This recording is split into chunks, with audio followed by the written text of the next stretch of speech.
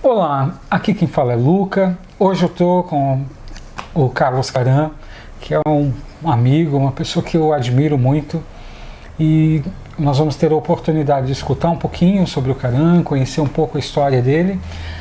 Caran, muito obrigado por estar participando do nosso projeto, gratidão pelo seu conhecimento e por poder estar compartilhando tanto com a gente. Imagina, eu que agradeço o convite, é um prazer estar aqui. Eu acho que essa proposta de unir várias cabeças que divulgam o seu trabalho paralelo sobre o tarô, ou sobre um oráculo, sobre uma linha esotérica, e unir esse pessoal acho que sempre é válido, sempre é importante para nós, que a gente aprende, mas também para a gente passar para o outro, para quem está nos vendo, nos assistindo, sempre tem uma coisa para aprender. Acho muito legal, agradeço muito o convite. Caran, conta pra gente como que você começou a jogar tarô, como foi o início do tarô na sua vida? Olha, na verdade, eu acho que parece, a minha vida de tarólogo deve parecer com a de muita gente. Eu comecei aos 17, indicado por uma pessoa um senhor, um espírita, que viu conversando comigo sobre a minha mediunidade naquela altura, reconheceu que a minha mediunidade era de premonição, e eu não entendia nada daquilo. Ele disse que eu deveria procurar um oráculo para me ajudar a criar um canal para a minha espiritualidade. E eu perguntei o que é oráculo, né? Eu não sabia nem o que estava acontecendo. E ele me indicou o tarô. Eu fui atrás, fiz primeiro o curso de Marsella, tarô de Marsella, porém não gostei, mas fiz. Depois fiz o baralho cigano, e aí a gente vai fazendo I Ching, não sei o que, não sei o que. Quando eu cheguei no tarô místico, no tarô mitológico, ele sim abriu os meus olhos, mas antes eu fiz, como muita gente fez, eu fiz astrologia e numerologia. E por causa da astrologia foi que eu cheguei no tarô mitológico, por causa do panteão grego, por causa dos deuses e tal. E a partir do momento em que eu me deparei com um tarô místico, ou aliás, mitológico, eu comecei a ver os arcanos menores ilustrados, eu comecei a ter uma noção diferente, ou seja, aquilo que se diferencia do tarô de Marsella, que é meio cansativo, o mitológico é legal. Aí a gente acaba ganhando e ficando mais envolvido, né? E a partir dele eu acabei chegando no tarô egípcio, me apaixonei totalmente pelo egípcio, e a partir do primeiro eu comecei a buscar outros tarôs. Aí peguei o tarô de Ramsés, o egípcio da Kira, o egípcio de não sei o quê. Comecei a comprar e tentar desenvolver até um encontro deles, e passei a fazer leitura de vários tarôs ao mesmo tempo, criando uma família de histórias que se encontravam.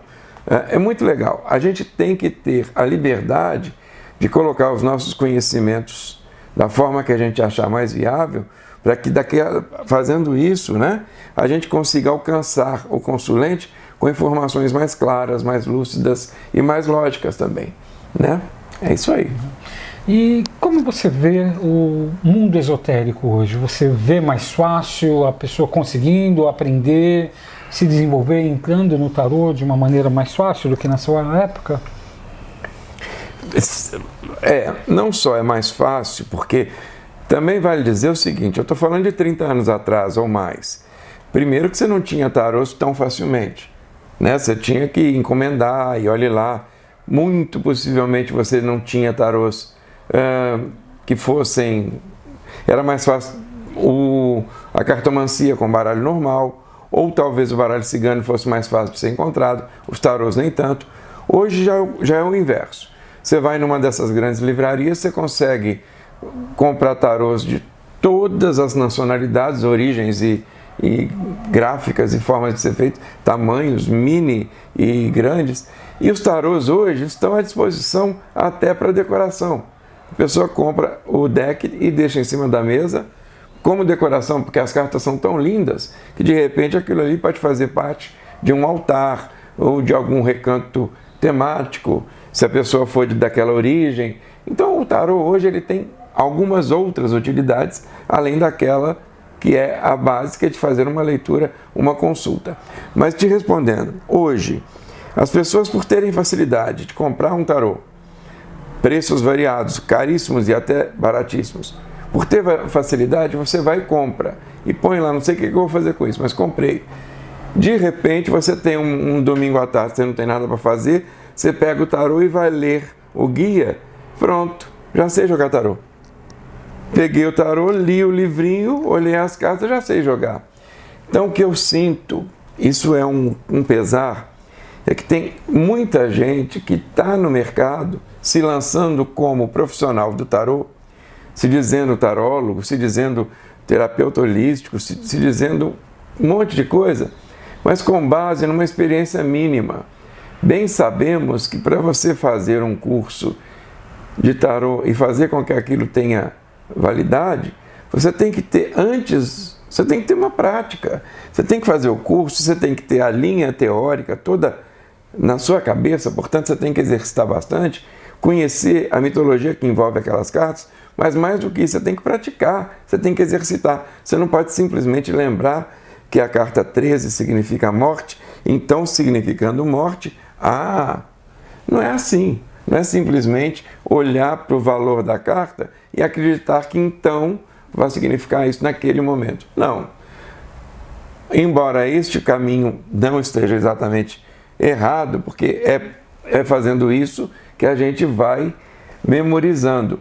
Mas eu não acredito que uma pessoa se deva colocar num evento, numa feira, numa praça, com 3 meses de contato, sabe? Sendo que ao seu lado vão ter outros oraculistas que estão ali com 10, 15, 20 anos de experiência, com muito mais a oferecer, estando ao lado. Então, quer dizer, o consulente chega, vai escolher alguém para ler, fica em dúvida entre aquela pessoa ou aquela outra, sem saber o produto e acaba indo se consultar com uma pessoa que não tem a base devida. Isso vai fazer com que aquele consulente, não saindo satisfeito com a leitura, porque não foi uma leitura madura, ele acaba se afastando do processo, não volta à feira, não volta à praça, e nós perdemos um cliente. E o cliente perdeu a chance de ser bem atendido. Uhum. Infelizmente, eu tenho percebido algumas pessoas não estão valorizando tanto o oráculo ou a leitura. Vai lá, eu preciso de dinheiro, vou fazer porque é o momento adequado para isso, e acaba trazendo para o mercado nem tantas pessoas qualificadas, mas fazer o quê? A gente tem a possibilidade de ter pessoas como você e tantas outras dando treinamentos, cursos e ajudando a conhecer mais esses oráculos. Isso é uma sorte que nós temos, pelo menos aqui no nosso país, de ter pessoas que sempre estão acessíveis para dar tantos cursos, que eu vejo como uma vantagem. E até hoje eu estudo. E você, o que está estudando, o que está lendo, o que está pesquisando de novo? Eu acho que é muito importante que o oraculista num todo, ele esteja sempre injetando novas informações. É fundamental. Eu trabalho paralelamente às cartas de tarô, eu uso cristais, eu faço leituras de cristais e ministro cursos sobre o uso dos cristais enquanto peças na ordem de orientação e aconselhamento. E é claro que é uma linha xamânica, tudo bem, mas eu não trabalho exatamente com a linha xamânica. Eu sigo mais um princípio de alquimia, através do qual eu trabalho com o valor dos cristais analisados, seja pela família, pelo formato, pela cor ou pela energia. Então, quer dizer, a partir do momento em que você tem domínio sobre as pedras, quantas sejam, tá? O meu jogo tem 98 pedras, que são cristais variados de todas as cores e origens. E a partir dali, eu faço uma mandala, que é feita até por seleção que o consulente faz, e essa mandala gera uma informação e eu passo para o cliente. Estar envolvido com o oráculo de cristais exige muito estudo, com muita frequência, porque os cristais, além de serem numa quantidade infinda, você quase nunca vai ter, possivelmente você não vai ter todas as pedras que existem no mundo, mas além disso, elas existem subdivisões que geram funções e exercícios diferentes num tratamento, que é importante que você esteja sempre lendo. Por exemplo, as pedras verdes, elas têm poder de cura, Mas e a pedra verde escura? Tem o mesmo poder que a pedra verde clara? E a pedra verde média tem o mesmo poder? Não, não tem. Tudo isso tem um estudo diferente. É importante que a gente mergulhe nisso. É como se a gente começasse a trabalhar com o tarô, inicialmente com os arcanos maiores. Só depois de estarmos seguros nos arcanos maiores, que fôssemos passar para os menores. Os cristais da mesma forma. É importante que você conheça as 12 primeiras, que são as pedras que fazem o primeiro berço cristalino, que é aquilo que você deve ter em casa. São 12 pedras. A partir delas, você vai, através da cromoterapia, chegar até as 98. Isso é um processo que gera estudo e gera cursos. Venham! E qual é o seu tarô hoje? O tarô que você, esse mês, pode se dizer que está apaixonado? Porque eu sei que você tem um monte. Eu tenho. Eu acho que o tarólogo acaba tendo muitos tarôs, primeiro pela beleza das cartas, que tem baralhos lindos que estão por aí. Segundo, porque você está sempre em feiras, em eventos em que são oferecidos tarôs que acabaram de chegar de um frete. É tão interessante que você acaba comprando. Você nem queria, mas você vê aquela cartinha olhando para você.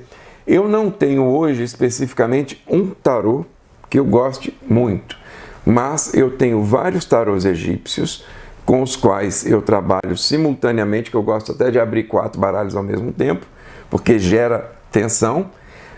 Então eu tenho Ramsés, eu tenho Cleópatra, eu tenho o Egito desse, o Egito daquilo, mas eu gostaria de ressaltar, embora não seja o meu preferido, mas tem um tarô que eu adquiri recentemente, que é um tarô de gatos. Eu não sei se é porque eu gosto de gato, e eu acho que quem gosta de gato vai gostar de tarô de gatos, naturalmente. Mas eu comprei um tarô de gatos que é muito legal. É como se de repente você se transferisse para uma história em que os personagens principais, ou todos, fossem gatos. Então quer dizer, você acaba tendo uma fantasia realizada estando no meio daquele ali. É muito interessante. Isso serve não só para os gatos, mas para todas as possibilidades que existem. Você vai ver que tem tarô de fadas, tarô de duendes, tarô de dragões, tarô de tudo, né? Então, o importante é que você esteja entre eles, fazendo de tudo. Caran, foi um prazer te receber aqui. Muito obrigado pela oportunidade de aprender um pouco com você, por esse tempo maravilhoso que você acabou dedicando e esse papo todo, tá bem? Legal. Muito obrigado. Eu que agradeço. Obrigado mesmo. Até a próxima.